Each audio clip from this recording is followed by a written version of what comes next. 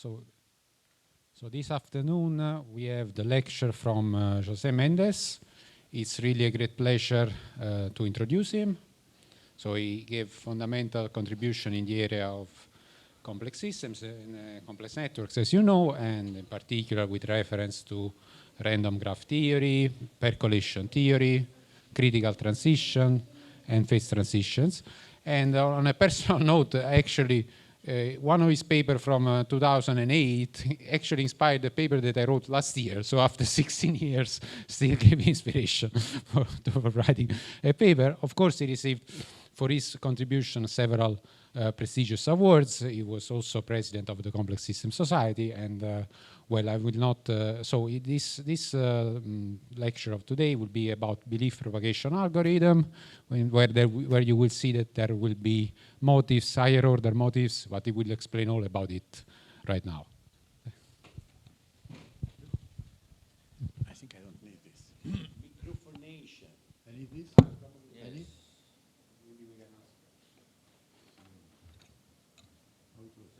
No, the other side. This way? Yeah, like this. This way.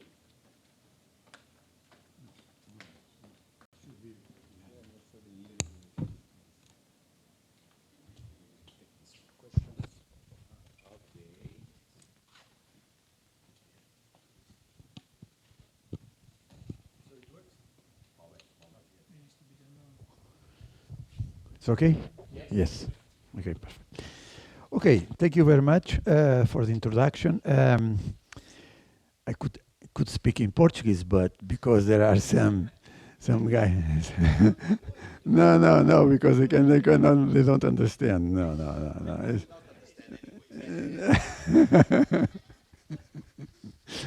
No, I speak.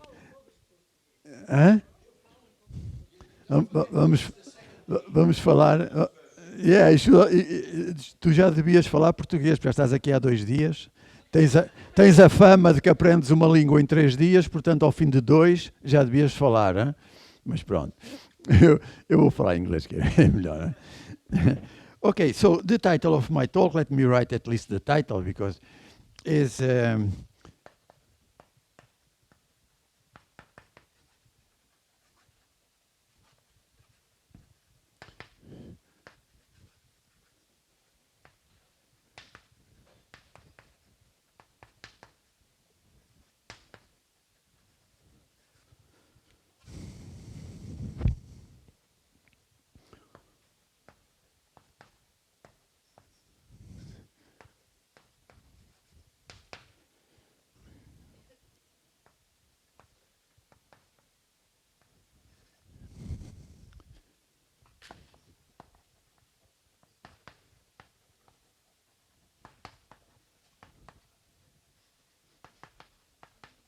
Okay, this is the title. So, belief propagation applied to the Ising model on networks with the arbitrary distribution of motifs. I will make a change here. I will put here hyper edges, and here I will put generalization. Okay? That's it. This is the title. So this technique is very famous, is very known, and people applied it in many fields, biology, and physics, of course, computer science, etc. So there are lots of interest, because in the end, however, it's an algorithm, and people use it, in fact, to make numerical things. It's possible to do analytical things, and in some cases, in fact, it's exact. And I will try to show you this. In particular, if you are in what we call in physics thermodynamic limit, so a large system, and locally the graph or the network we are using is a kind of tree-like, okay? If locally the graph is tree-like, this approximation or this technique tends to be exact, okay? It gives exact results. And it is, in fact, equivalent to a technique developed by Parisi, Mesar, and Virasoro, I think, that is called the cavity method. And it was very famous. Paris got Nobel Prize because of this and other things, of course. But this technique was very important because people use it a lot in spin glasses, no? Spin glass, and also in neural networks and things like that. So it's very powerful technique. Okay, so the idea is the following. We have nodes, okay? We have nodes, and we can have edges to another nodes, like this. But we can have, for instance, also triangles here, okay? We can have two triangles, for instance, things like that. So this is the kind of graph, and even can be more complicated. It can be, let's put it here, something like this, you see? So when you look to a node, you can have edges, or you can have triangles, or in this node you have a square, and things like that.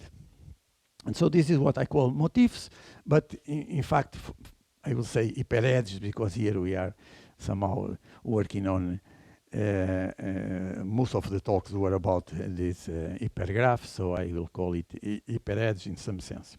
So I will use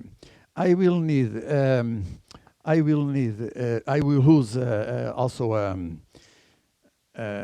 method that people use in mathematics that it is called the configuration model. And I will introduce this. Maybe some of you don't know, but imagine that you want a graph with a given degree distribution. So you want to have a certain number of nodes with a certain degree, etc., etc., etc. So you have you define the degree you want, a scale free or Poisson or whatever, and you design you put your nodes here. 1, 2, 3.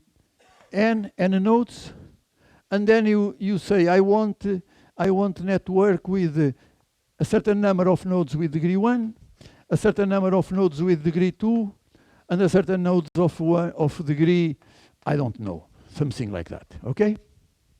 And then, because I want to build random graphs, what I do is I go to, people call these stubs, and I do things like that, for instance. Here is a graph. But you see, this graph is random because I made it randomly, but he obeys a certain degree, I call degree distribution, because I start by design my network with 2 nodes with degree 1, 2 nodes with degree 2, etc., etc. Okay, so I know the number of nodes with a certain degree. If I normalize, this is the probability to have degree Q in my network, okay? But you see, in this way, I can generate a big set of possibilities of graph, because I did this, but I could do in a different way. I could do this like this, or this. Remove this. Okay, you see, I can make many configurations of this graph. So I will use this technique. Of course, that you can ask. People use this. For instance, what is the probability? The probability that node I and j are connected. For instance, this one and this one. Well, of course, it will depend a lot. Depend on the degrees of these nodes. And people, it's easy to prove that is ki, pj divided by the number of connections, 2m, I think, 2m, the number of edges, something like that. Okay, so these are things easy to prove. I will not enter in details on that because this is not the purpose of my talk. About this idea, of course, here you have clustering. When you look to this node, there are clustering here, because clustering is defined by the number of triangles associated with a certain node. So there are clustering here. And in fact, by network, you will have cluster, but given I'm assuming a sparse graph, the clustering is small. Okay, I mean in this limit of small clustering. But I will say something. I forgot what I will say, but okay. So let me start explaining what I will do.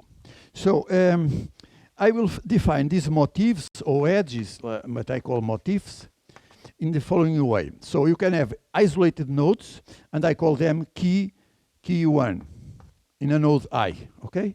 This is K1 means type 1. Then you can have, this is isolated nodes. You can have edges. I call this K2 in node I. You can have triangles. I call Q3. This is the number of nodes in a node I. For instance, if you look to this node, there are two Q3 and two Q2, and this is Q3, this is Q type 3, Q type 3, this is Q type 2, Q type 2, etc. You see these connections. Okay, so so you can we can use this configuration model and prepare a network with the desired, you look to a node and you have to tell me how many of this kind I want, how many of this kind I want, how many squares I want, etc., etc. Kind of generalization of this. But instead of, in this case, we only have type Q2 here because it's only edges. Okay, so this is what I will introduce. So when I go to, if I look to a node, so a specific node I can have a node J, and this node can have connections here, certain number of connections. You can have a triangle. Let's put it here, a triangle, and I will call this. So I call this mu2, okay, for this interact. In this case, I will call mu3, and then you have connections here. I will need this because this algorithm is the information that follows in direction to a specific node. So I have to identify. Then you can have things like this.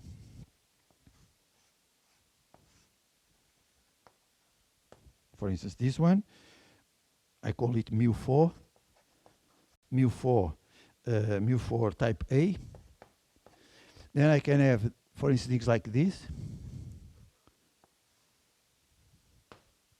I call it mu4 type B because it's a different one. Then you can have things like this also. Mu4 type C, for instance, etc. You see, you can have different motifs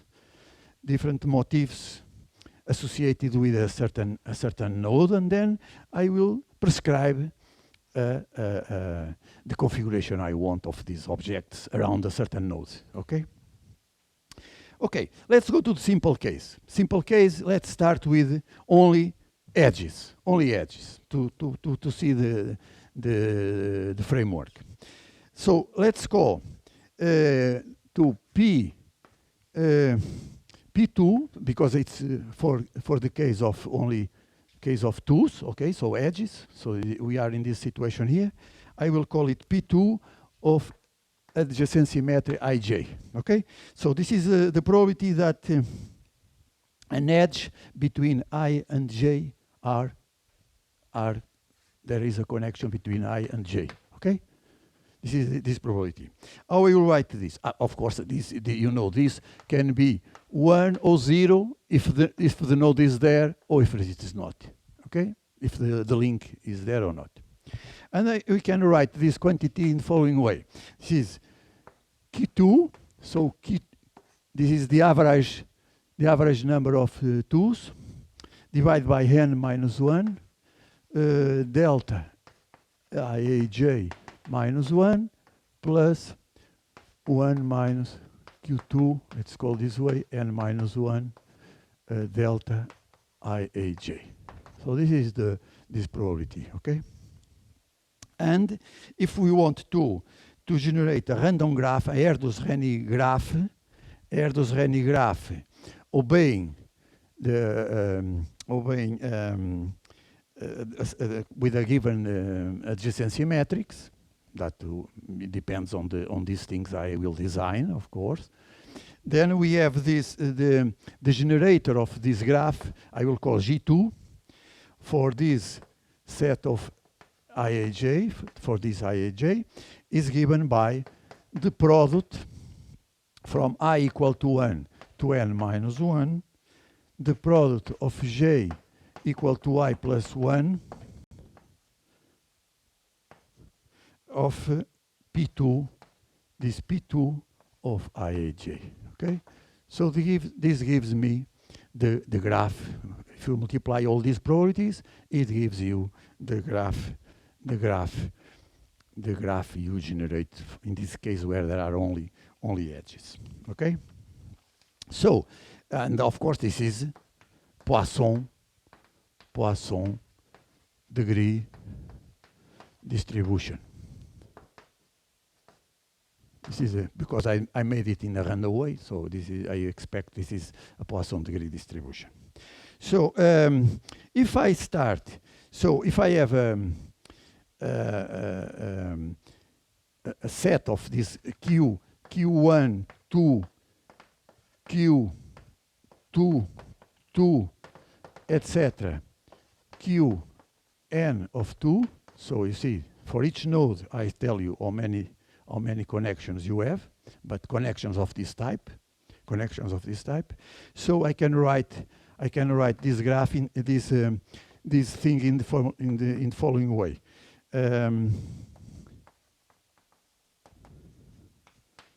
This is equal to a normalization constant, okay? A normalization sum constant, okay? And then the product of I equal to 1 until n, so overall nodes, delta Q2, we'll put in this way, Q2 of I minus, here I have to put the adjacency matrix, so let's sum it over J. So you see, you remember yesterday, when you sum over J, you give the degree of the node. So this guarantees that you have a certain degree from the adjacency matrix, times this product of J I smaller than J of this P2 of IJ. Same this expression here. So this is another way to specify this graph. And the degree distribution is given by this. This P2 of Q2 is equal to 1 divided by n, assuming I delta Q2 minus Q2 of I. This is the degree distribution in this graph. Okay, this is the degree distribution. So you sum over all nodes, guarantee that this is equal to this. Okay. Okay, this is for the case with only edges. Now we can go, you see, you can generalize and go for the case of triangles. So now we have triangles I, J, K. So we are in this node and we have a triangle around this node. So what we have? We need this P3 similar to what I wrote before. I need this quantity. Okay, I need this quantity. Where this quantity here, this adjacency metric is 1 if the triangle is present and 0 if not. Okay, and then we write in the same way, we write this as P delta I A J K minus 1 plus 1 minus P delta I A J K. Okay, you have this. And what is this P? This P is given by the following: 2 Q3 divided by n minus 1, n minus 2. So this is the probability to form a triangle. Okay? This is probability. I can prove this because it's not easy, not obvious why is this result. Let me try to explain easily. So let's see. The number, if you have n vertices, the number of distinct triangles is equal to combinations of n 3, 3. Okay? And as you know, it's n minus 1, n minus 2 divided by 6. Yes? So the number, the average number of triangles, you can write in this way. This is the average number of triangles, let's put in this way, is P times this. P times this. Yes? Because this is the number of all possibilities of triangles you can create, times the probability to create a triangle, gives the average number of triangles. Right? Yes? So, if this is the number of triangles, means that we have 3 times this is equal to the number of connections. Because each triangle comes with 3. Yes? So the number of connections in triangles. Yes? So the average number of triangles connect to a vertex. So the average, let's put it this way, Q3, let's call it Q3. So this is the average number of triangles connect to this guy is the following. If I do this, is n, the number of nodes times the average number of triangles connect to a node I, but we have n nodes I, is equal to 3t. Yes, is equal to 3t. So, and this is, because we have this quantity here, I can immediately see that this Q3 is equal to P, that is equal to P n minus 1, n minus 2 divided by 2. Yes? And from this, I take P. From this equation, I take P. That I plot from the beginning. See? So I take, from this equation, I take P. So this is the proof of this is, in fact, the number, the probability to form a triangle. Okay. Also another thing, look, permutations of this quantity are all equal. So because of this is random, so we have this symmetry in permutations.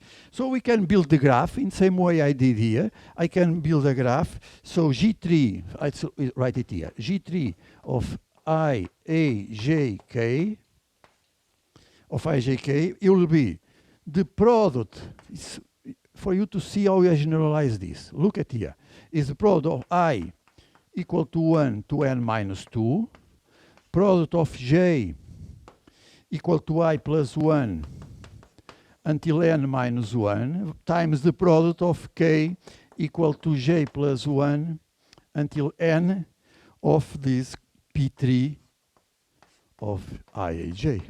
Okay. Okay. This is the product of these things gives me this graph. Okay. And again, we have a degree distribution P3 of Q3 that is 1 divided by n. I will write in different way. I will put in, given I know it's a Poisson, I will write in this way. Is Q3 for you to see, to remember Poisson. Q3, power Q3, divided by Q3 factorial, exponential of minus Q3. This is Poisson for this Q3. Okay, it's a Poisson degree distribution. Okay. Let me go here. So, and you see, I can continue now with same technique and do for 4, for squares, for 5, for 6, what you want. I can. So this is the, in mathematical terms, this is the way to formalize the thing. So let's do the following. Let's assume I will have I will have a set. Now I define a set the following way. Edges. I have a set of Q2 of I. Set of these. Plus a set of triangles. Let's put triangles. Set Q3 of I.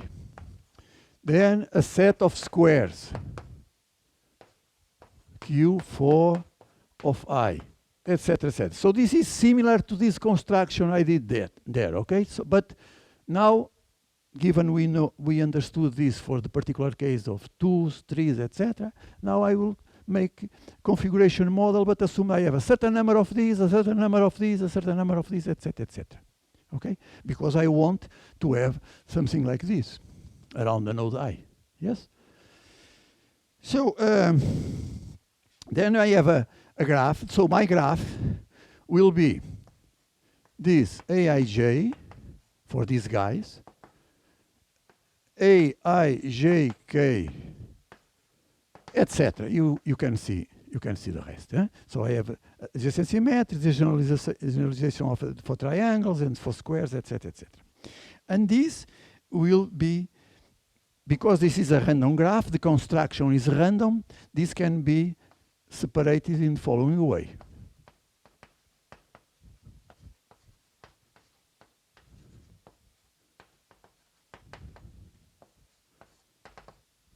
The product of the separated graphs, okay? The generator of each of a particular graph, okay? And then if I know this, you can ask me how you calculate the average of a certain quantity with this ensemble of the graphs. Well, if I have a quantity k that is a function of these guys,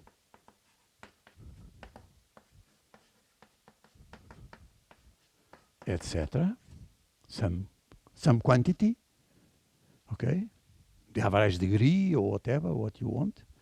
But if this is average degree, you have to count on many numbers of 2s, or many number of 3s, etc. You have.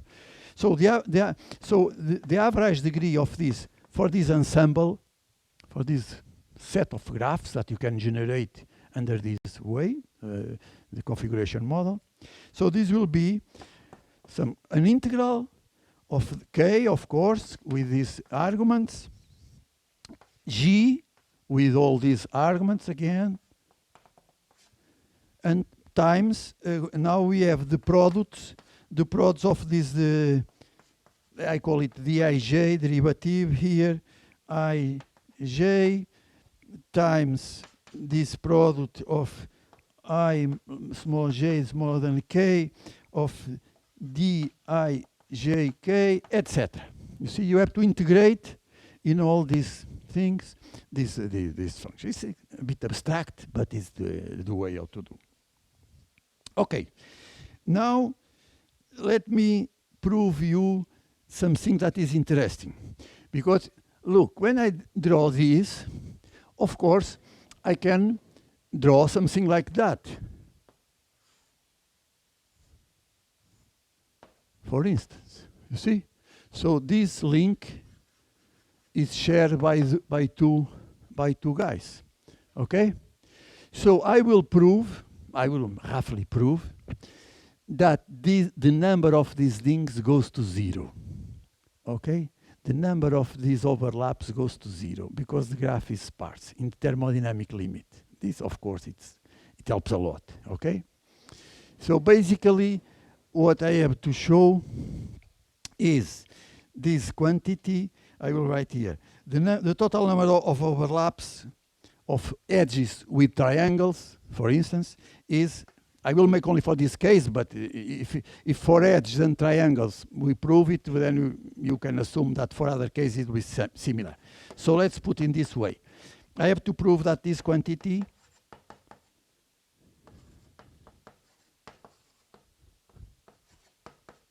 this average on ensemble, this average here, okay, you see, is they have in common I and J. Okay, there is a common link. So I have to prove this quantity, and this is given by this n q2 q3 divided by n minus 1. I can prove this. But let me give you an idea how to come to this. So this is something I have to prove, you know? And of course this is not obvious yet that it tends to 0, but I will explain. So the probability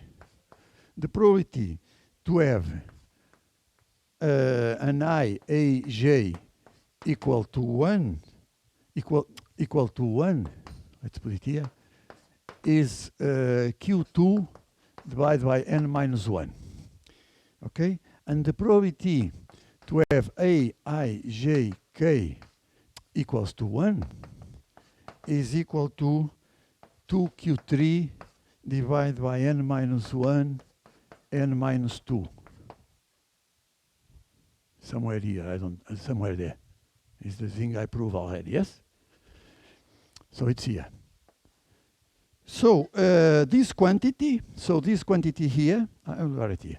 So I will now jump from here to prove the thing. Huh?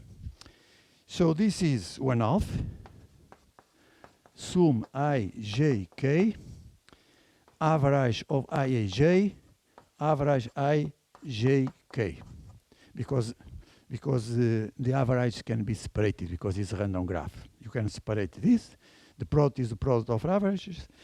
And this is equal to, let's continue here, this is equal to 1/2 sum iajk, and then is q2, n minus 1, 2q3, n minus 1, n minus 2. Okay? So this is the quantity, and the number of distinct triplets I also show you is there, n minus 1, n minus 2, the total number of triplets. So if I multiply this number by this, I get 1/2 n minus 1, n minus 2, and then this quantity here. Q2, n minus 1, 2q3, n minus 1, n minus 2, n minus 2. And this simplify and gives n q2, q3 divided by n minus 1. Okay? This quantity tends to a constant. When n goes to infinite, this is finite quantity, finite average number of triangles, average number of links, and in the limit n goes to infinite, this goes to this quantity that is a constant. Let's say tends to a constant. Okay, tends to a constant. But now the total number, let's go here. The total number of edges not duplicated is n. And so the number of edges duplicated,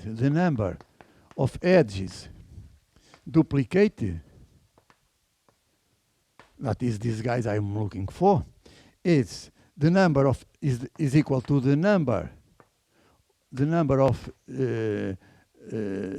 superpositions, let's say this way, superpositions divided by the total number. Total number of edges. Okay? And this is equal to Q2, Q3 divided by n. Yes? And so in the limit n goes to infinite, it goes to constant, divided by n, and it goes to 0. So I prove that in fact in this limit the number of duplicated goes to 0. I made only for triangles and edges, and it can be repeated for for any case. Okay. Okay. Good. So degree distribution. How is the degree distribution? The degree distribution, degree distribution is equal, I will call in this way, Q2, Q3, etc. will be the product of L equal to 2 until infinite of this PL of QL. QL, L is a loop of size L. So the probability of have 2s, the probability of have 3s, 4s, these loops that we have there, these quantities. So this is degree distribution. And QL is equal, like before, 1 divided by n, sum I equal to 1 until n of delta QL minus QL of I. Yes? Is given by this. Okay, so in this formulation, what is the number of edges on node I? Number of edges on node I. What is? Let's count. Let's count. If we look here, I have to see how many edges, how many triangles, etc., etc. Look, edges contribute with Q2 of I. Triplet, a triangle contributes with 3 edges? No. A triangle contributes with 2 edges, only 2 edges. This doesn't count because this is not connected here, only 2. So plus 2, the number of Q3 on I. A squared, same thing, 2 Q4 of I, etc. This is the degree, let's call it QI. Let's call it QI. This is QI. The degree of node I is the number of edges, 2 times the number of triangles, 2 times the number of squares, etc., etc. You agree? Because you can have edges. The degree of this guy is the number of edges, plus 2 times the number of triangles. If you have more triangles here, each triangle contributes with 2 edges. And if you have a square, it also contributes with 2 edges, and so on and so on. You see? Okay. So, for instance, we can immediately calculate clustering. Is one quantity that people use a lot, clustering. We can calculate clustering. How is the clustering of node I? Clustering of node I. Clustering of node I is defined by 2 times Q3 of I. So it's the number of triangles on around him, divided by Q of I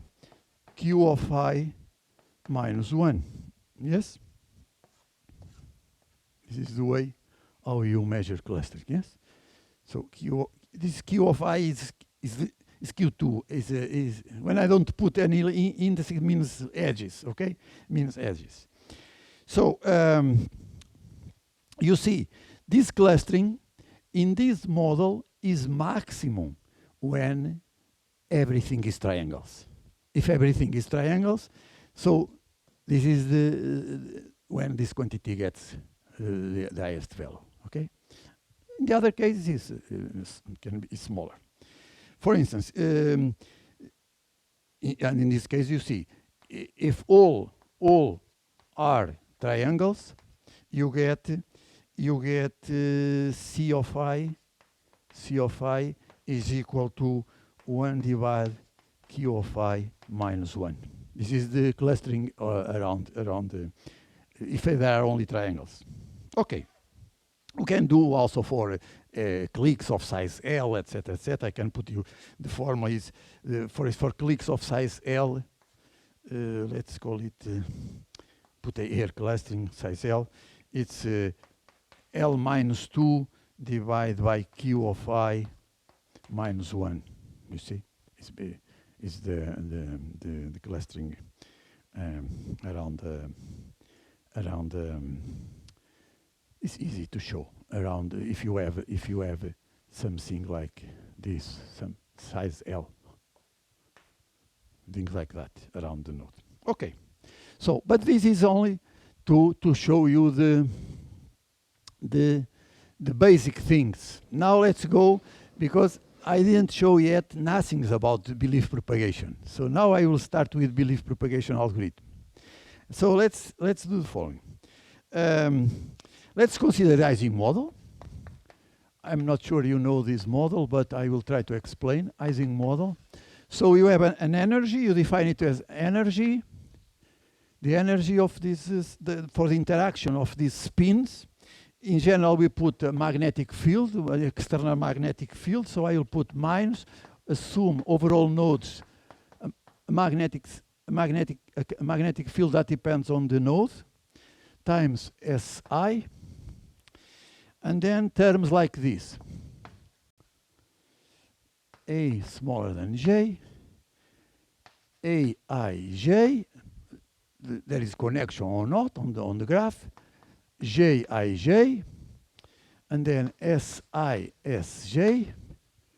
and then I have things like minus, sum I less than J less than K, Iajk, triangles, and then I put, look, obviously you expect something like this.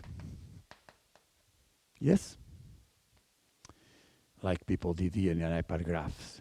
But in general, in physics, there are not this three-body interaction or something like that. So I will do this in a different way.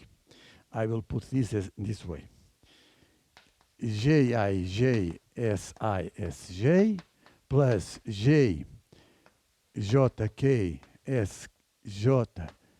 Sk, plus Jki, Sk, Si, minus terms for squares, etc., etc. But you see, I'm assuming pairwise interaction between spins. The moon interacts with the sun interacts with something else, etc. But there are no this kind of three-body. I will avoid these three-body interactions, okay? It's a simplification, of course. So this is the energy that I will use in my problem. Okay. So, as I said, we have to generalize. I put there generalization. We have to generalize this algorithm, this belief propagation algorithm that I'd also mentioned that is equivalent to this cavity method. Let's do the following. Let's consider a spin I. Let's look to spin I.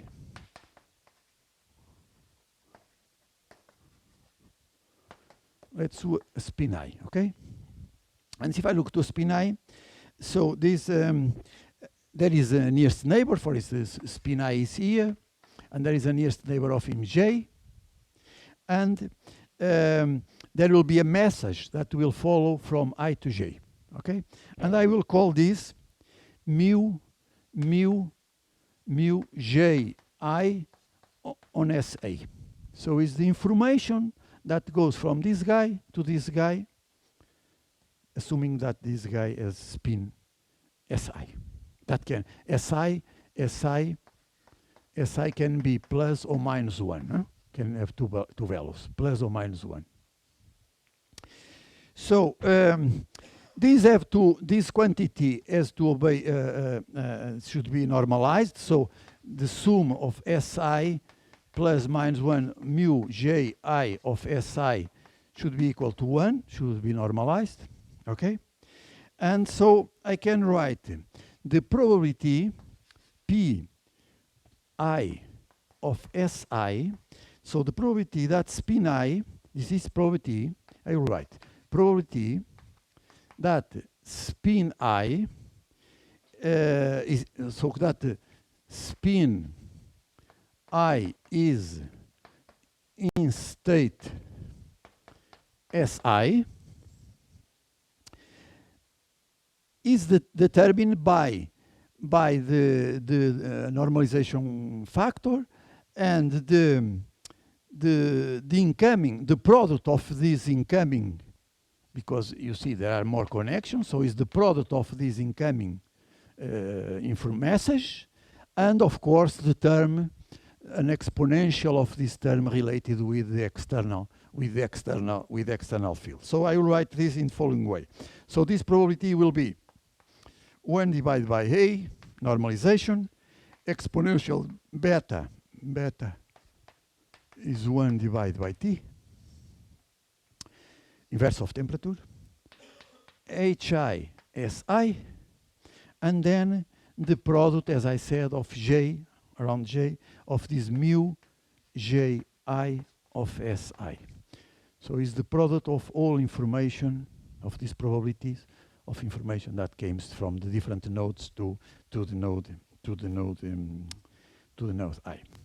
Of course, I can write immediately but I can show, because of normalization, I will assume this mu Ji of Si can be written in the following way. One Z is a partition function. I will write immediately this way in partition function. 11 beta, exponential beta. This will be an effective field, okay, times Si. If I write this, assume this form for this message passing, so you see I can calculate immediately this Z, because this Z is sum this quantity, is normalizing this. So you see Z is the sum S equal to plus minus 1 Si of E beta AJI Si, and this, you see, this is when Si this is beta HJI plus 11 minus beta HJI, yes? And this is 2 times cosine hyperbolic beta AJI. See, it appears a cosine hyperbolic. And so we can normalize. And then I can write, so I can go back to this probability here. I know this now.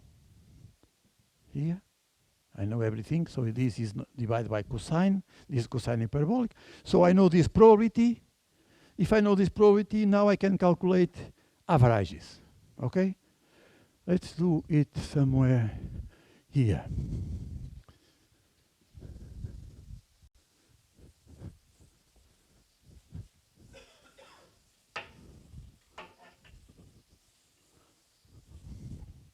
So for instance, SI, the average magnetization, is like the magnetization, okay? Is a sum of SI equal to plus minus 1 of SI P of SI. So this is the way of you sum all possibilities, the quantity you want to calculate times the probability that this happen. And of course, if you do this, I will not make the whole calculation, but you believe me, this will be tangent hyperbolic of beta HI plus beta sum of J AIJ or AGI, JI of HJI. Okay, something like that. Because you have the expression there for the you see there is this product, but this product, because it's a product passed to a sum, exponential of a sum, and then you come to this. You come to this. I don't. Should I prove this, or is it obvious for you? Should I do this calculation or not? No need. Yes. If you put all terms together, you see it's easy to go there. Okay, so I know this average, and so as I said, this HJI, it's a kind of it's an effective, I will call it effective field between J and I. Okay, it's a kind of a field. You can put this in this way. It's a kind of a field between J and I. Okay, so I need to prove also that there is a self-consistent equation for this mu Ji Si. Okay, so and this self-consistent equation, some people call it up-to-date rule or something like that. I will put in this form, in following form: b, some number b, the sum of Sj equal to plus minus 1 of E minus beta Ji, so the energy associated with this pair, times the product of n different of I of mu n I of Sj is equal to mu Ji of Si. So this is the self-consistent equation, because look, and this n, you see, this n, I'm assuming here in n, this n are neighbors of I excluding j. You see, I have several around I have different edges. One of them is j, so I'm assuming overall this n is these guys here. Okay, this can be proved that this mu Ji of Sj is equal, or is proportional, let's put proportional to the sum of Sj, I put it in this way, E beta Hj Sj times the product of n different of I, the mu nj Sj, okay, times E power beta J I Si Sj. Okay, this quantity is given by this. Okay, and I will call to simplify, I will call H effective, like before, to this Hj, so the field, the real field that was there, Hi in each spin, plus a sum of n different of I, Nj, adjacency matrix, and this field Nj. Okay, so I call effective field, effective magnetic field, as the sum of this, the real one plus these effective fields in between.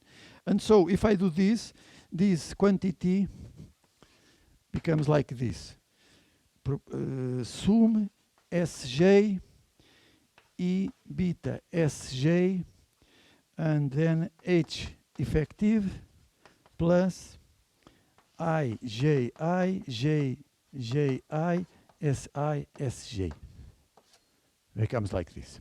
Okay, so this is and this can be calculated in a similar to I did before, and this is 2 cosine hyperbolic of beta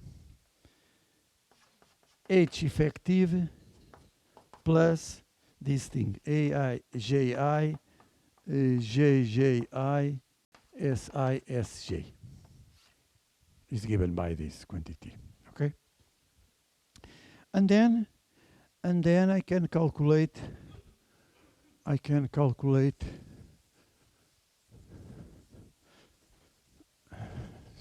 this. I can calculate, for instance, the average degree Si Ji, let's put in this way for the link Ji, and if I calculate this, Of course, I have to use all this thing. I have to use this, okay? I have to use this thing here. And it gives tange hyperbolic of beta H effective plus beta I Ji Ji is what I give. Huh? This is the like magnetization, okay, like magnetization. If we remember from mathematics that tange hyperbolic x plus y is equal to tange hyperbolic of x times tange hyperbolic of y, 1 plus tange hyperbolic of x times tange hyperbolic of y. If we remember this quantity, we arrive to this. And this is the autoconsistent or self-consistent equation. This tange hyperbolic beta HJI is equal to tange hyperbolic of beta I Ji times tange hyperbolic of beta H effective. And this is the autoconsistent equation that we get, okay? So this is this closes the problem. So this is not easy to okay, takes some time. The derivation takes some time, but it's possible to. So this is as I said, this is self-consistent equation for these fields. And in the thermodynamic limit, as I told you before, assuming that is a tree-like structure. By tree-like I mean the following: we can have locally, if you look locally,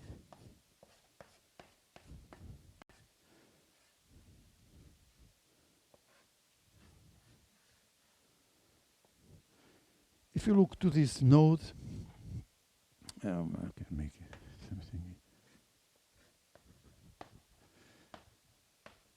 So locally you see a tree. You see, locally you see a tree. There are loops, of course. There are loops. But these loops are logarithm of system size. So they don't affect much. So in the thermodynamic limit, these loops are in the border, so we don't care about them. So, okay? So this means that all I did is exact. And mathematicians use this technique, etc., etc. So everybody uses this technique. So now I have to continue a little bit. I have to go to all this, go back to my picture. And so there will be the following. When you have an edge, so I will put an edge between J and I. And then, of course, you can have many contributions here. Many contributions to node J that will go also for node I. And this, for me, will be I will call this mu2 of mu2, okay? These contributions. Then there are contributions like this.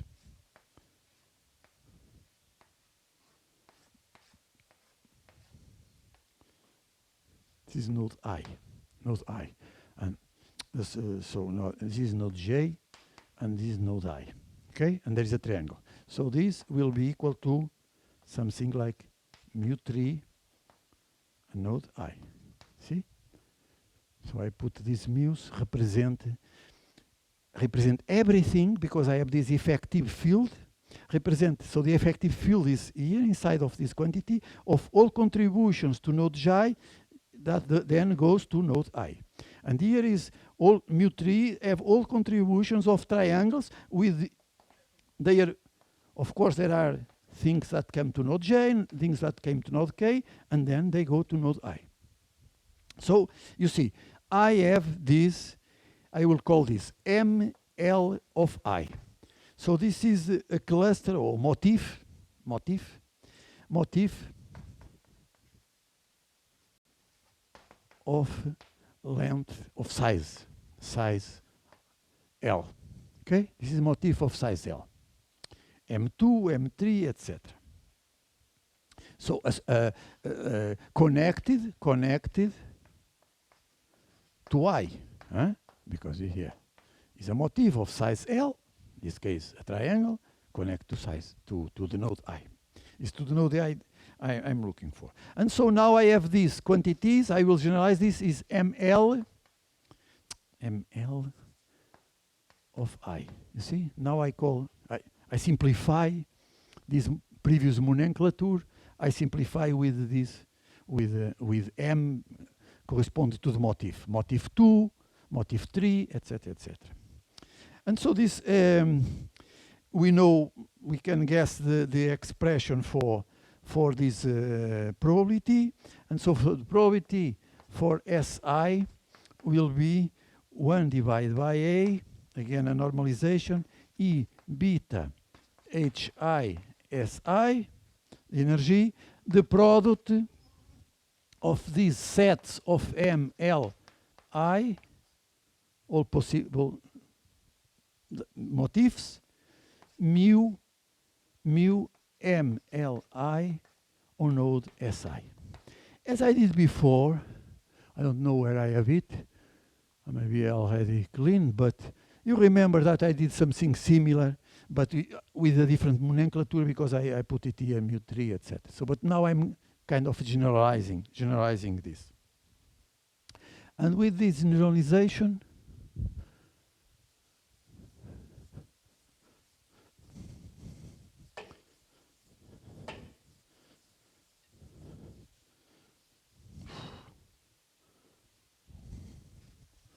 I don't have much time, no?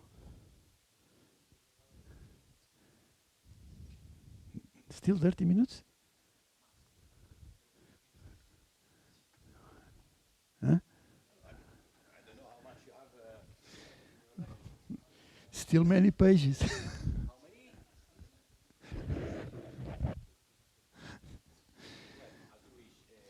So I can calculate again in this formulation. I can calculate this, for instance, average quantity, because in general is the quantity people measure. Of course, this will be again tangent hyperbolic of beta Hi plus beta sum now on this ML of I, you see, of this HML of I. It's a kind of generalization now with the motifs already there. Okay. Again, I can write something similar to this auto-consistent equation for these fields, but I will pass this, so I go immediately to the energy. Let's write the energy for this configuration. So ML of I with these motifs, where L can take values 3, 4, etc. Okay, can be all these motifs. So it will be minus sum M equal to 1 until L minus 1. Maximum motif is L. H, J, N, or M. M, S, J, M, because now I have to put the index of the motif, minus sum. So this is generalization of the Ising model now for motifs. N equal to 0 to L minus 1, J, Jn, Jn plus 1, Sjn, Sjn plus 1. You see? So it's kind of a generalization Ising model, but now I have to put this index because it depends on the motifs. Okay? So I have too many things. What should I do? So in a similar way, I have if a total field like this H like this quantity here, I can define this for node j, and it will be h of j, so the real field, plus assume on the m, let me put it properly, m diff of j, but different of m l of I. So I assume overall sets of motifs, but excluding this one, because this is the field for j, of h m of j. Okay, so they have an effective, total or effective, as you want to call effective in this case of the generalization. And so what we have here, so this in graphical terms, this h, so let's put it like this, this h total on node j is equal to what? Is equal to this, but for you to understand what it means. Is equal to the following. This is the node j, and then we have, let's put like this. So this is Q2 of j, okay? So edges. So this is the contribution of edge.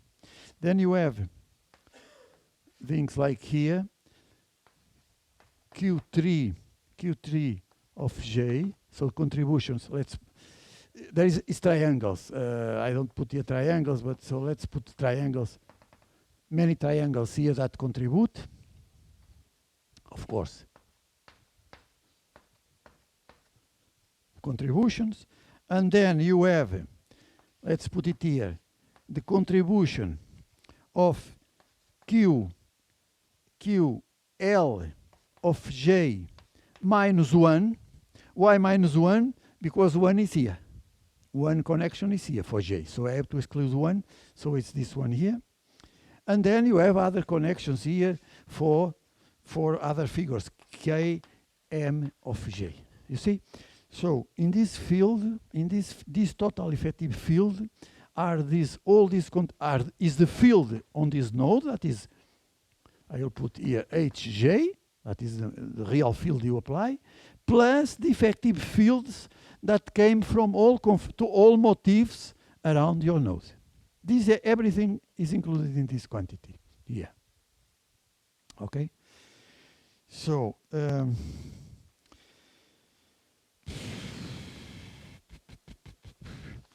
well, because we are talking about Ising model, one of the things that in general we ask is, what is the critical temperature? Yeah, you know, if you look for this quantity can be 0 in a paramagnetic phase, or can be different of 0 in a when it's ferromagnetic. So basically we expect something like this. Or the contrary, something like this, you see? And there is a critical temperature. So the point is how to calculate this critical temperature, okay? So it takes a bit, so I will try to calculate this critical temperature in the situation where this Hi is all equal to H and equal to 0. So 0 magnetic field. So I will go to this situation, 0 magnetic field. But it's a big jump. It's a big jump. So I have to define a matrix.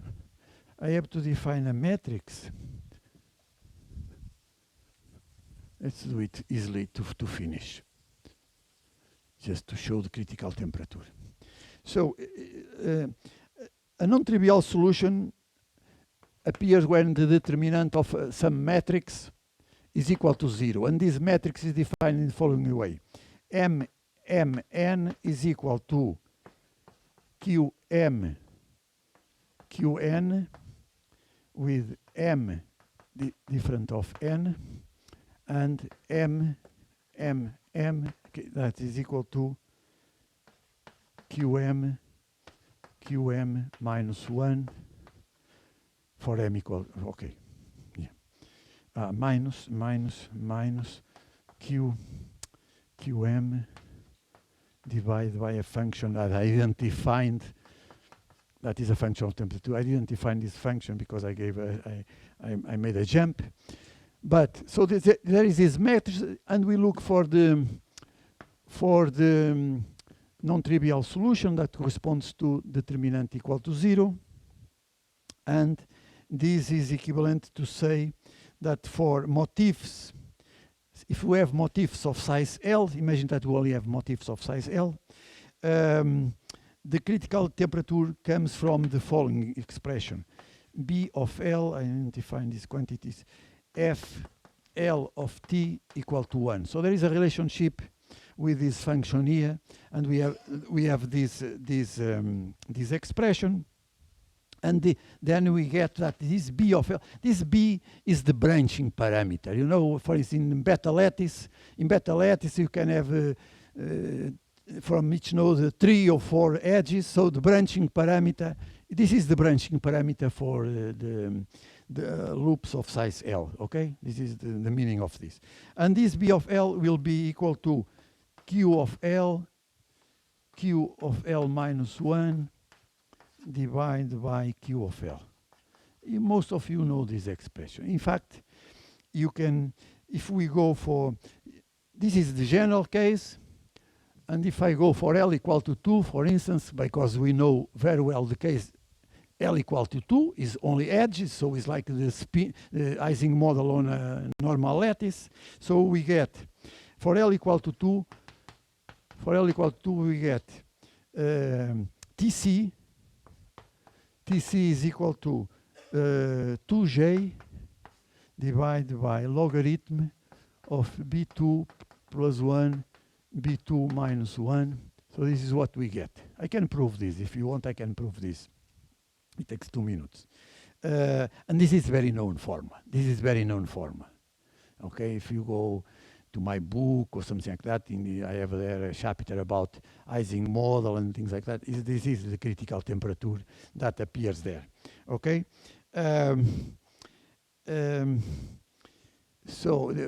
and also we can get from here, if we go for the case of percolation, you know the criterion of Malloy and Reed. The criterion of Malloy and Reed comes also from here, you see. So this is very general. You can take many information from this in particular. Of course, I can also go for situations with NEL, for instance, but assuming that this branching is much bigger than 1, so I must assume the branching is bigger than 1, then we can prove that this TC of L equal to 2 is equal to JBL plus terms of order 1, and TC of L bigger or equal 3 is 2JBL plus 1. See? So there is a difference of 1, basically, in the two. So if I plot this TC of L, the critical temperature, as a function of the average degree, let's put it this way, okay, we will get something like this. Let's put it here 1, and we get something like this.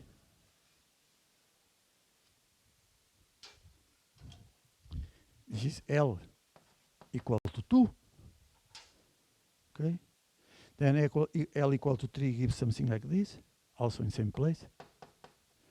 And then we have things like goes like here, others goes like here, depending, and this is L infinite. L infinite goes like this. This is L equal to infinite, and this is some intermediate value, like say 10, 6, or whatever, things like that.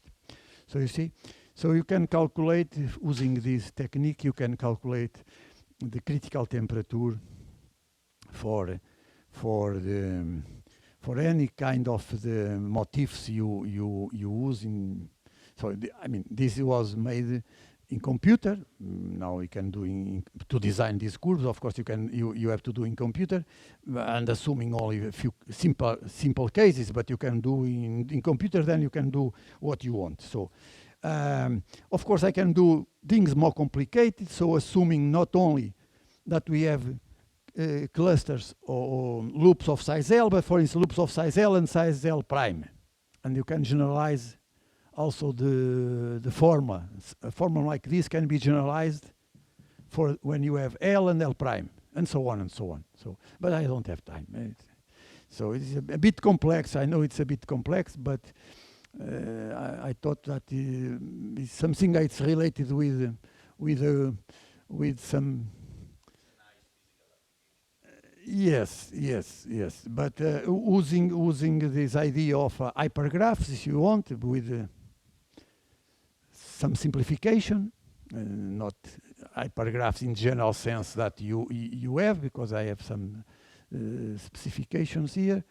But in terms of technique, it's very, very powerful. Well, this is not new. I have to tell that this. You mentioned a paper of me in 2008 or something. This is 2012, so it's already 10 years old. This, so but many people use this technique. It's a bit complicated. It's not trivial to do this. It's a quite complicated paper. I try to explain, but it's not easy. It's I understand it's not easy in 1 hour to explain this technique, but. Very powerful is what I can tell you. It's very powerful because you can apply many things, and it's very useful.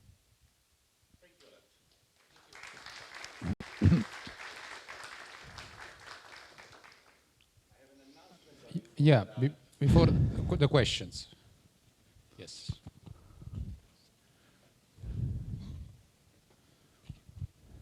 Hi, Professor.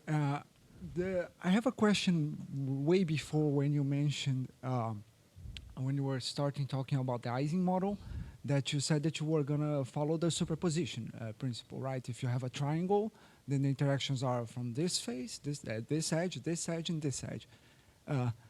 I really don't have it, but I think you erased it. Yeah. But if you shed this, of course, for the Ising model, that's the way it is, right? But if you shed this assumption, if it were going to be something non-linear, for example, you have to have a triangle interaction be something. Does it get too complicated? Has it been too done? complicated? Too complicated, impossible. I expected as much. It was just the Ising model is very simple, but solve the Ising model and with triple or more or higher interactions, I think it's. I don't know exact results. You know, Stefan? I don't know. It's very difficult. Very difficult. I imagine. So yeah. Yeah. It's complicated. It's complicated. Yes. Thank you. But you see, the structure here is there. The only thing I assume is that pairwise interaction. So I put something because, but for instance, if I do this for percolation is a simple case of the thing I did here. It's very not trivial, but it's simple. The percolation here. I in the paper there are results for percolation. So basically corresponds to put temperature equal to 0. You put temperature equal to 0 and you take from these formulas immediately the critical temperature for percolation, when giant component appears, this criterion of Malloy and Reed, etc., etc. But here is more complicated because of these spins on top of the network and the interactions of them. Okay. Thanks, Professor, for your lecture right now. Just a little bit of introduction. I'm not a physicist myself. I have studied engineering, electrical engineering. But on my latest works on my PhD, I have been coming closer to this kind of maths, especially Markov random fields, which is the generalization of the Ising model. But I have a question just on the physics about this, how this works, like what's the energy, what's exactly, it's the Ising model measuring with what's S right there, because that doesn't make any sense to me. S is what we call spin, no? It's this magnetic moment. Magnetic moment, okay. no? Like electron can have spin 1/2 or spin up and down. For in the case more simple with two states, is spin up is magnetic moment. Is spin 1/2 or spin minus 1/2. Here I put plus and minus 1 for convenience, but so it's very known this for the. If you want to describe magnetism, so study magnetization. This is the simplest model you can use for ferromagnetic systems or things like that. Okay. And one follow-up question is, what exactly are you calling motifs? No, motifs are these for instance, this is a motif. This is a motif, or this is a motif. You see? Different ways in which you can connect a given number of nodes. Okay. Like you have 4 nodes, you can have this connection. You can have this. Connection, this connection. Each one corresponds to one different one. Okay. Yeah. So, and there's any relation to cliques in networks? It's a click, yeah. It's a kind It's a of a click. click. Yeah, it's kind of click Okay. if you want.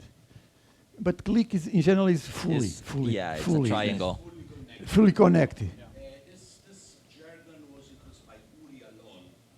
Yes, in biology, no? Biology, because if you have in general n nodes connected in a loop, you can ask, for example, you have 4 nodes, 4 nodes, you can have this configuration, 1, 2, 3. This is a motif. But then you can have this configuration, that's another motif. Yeah. So the issue is how many different configurations you can have that connects 4 nodes. Yeah, for And they were called motifs because in biology some of them are important. I mean, they found that if you take a random connection, there are some of these configurations which are overrepresented in biologic systems with respect to random configurations, and some other which are underrepresented.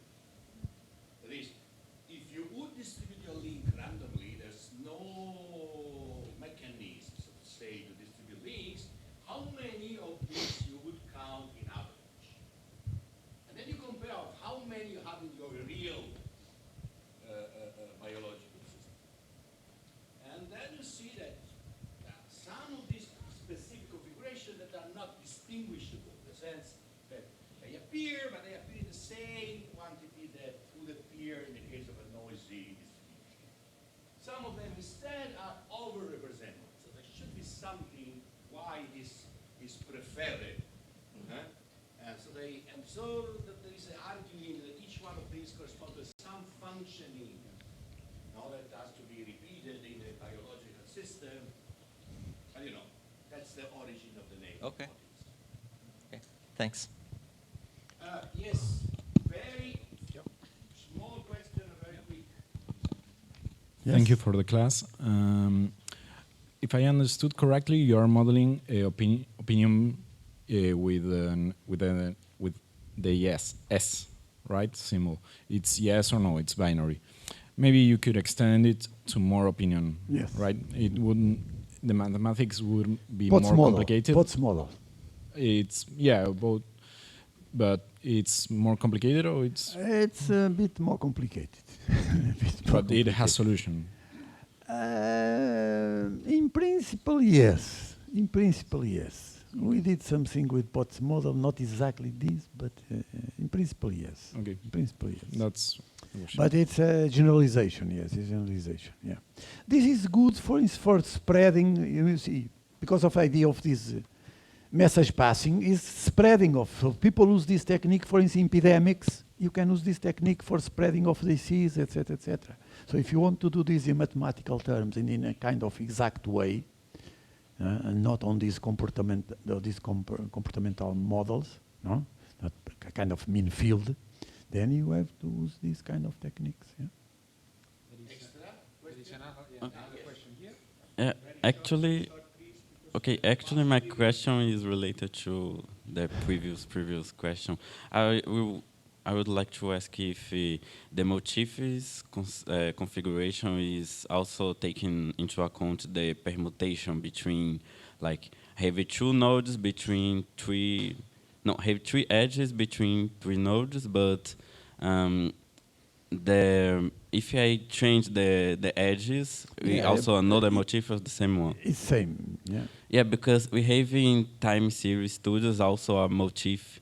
There is the ranking between a certain time of points, a certain set of points, and the configuration changes a lot. The motif configuration. So in graphics, it doesn't matter. Well, at least in this way, how I use, no. So all equivalent. I don't know, in biology, maybe there are, I don't know, if it depends on the connections, if there are different types of connections. Yeah, or especially in neuroscience, because if the nodes are different and the order of connections are maybe different. they are different, and then it's, if you make a permutation, it's certainly different. You have to identify clearly which node is each node. No? Okay, but okay. Thank you. It depends. Here is indifferent. I told that in the beginning. So any permutation, there is this symmetry in permutation, so it's equivalent. Okay? I know there was a comment It's random on graph. questions It's from random the chat, graph. Everything but is random. So we can take it off, or we can take it offline if you want. Yeah. Okay. Okay. Thank you again. Thank you very much. I have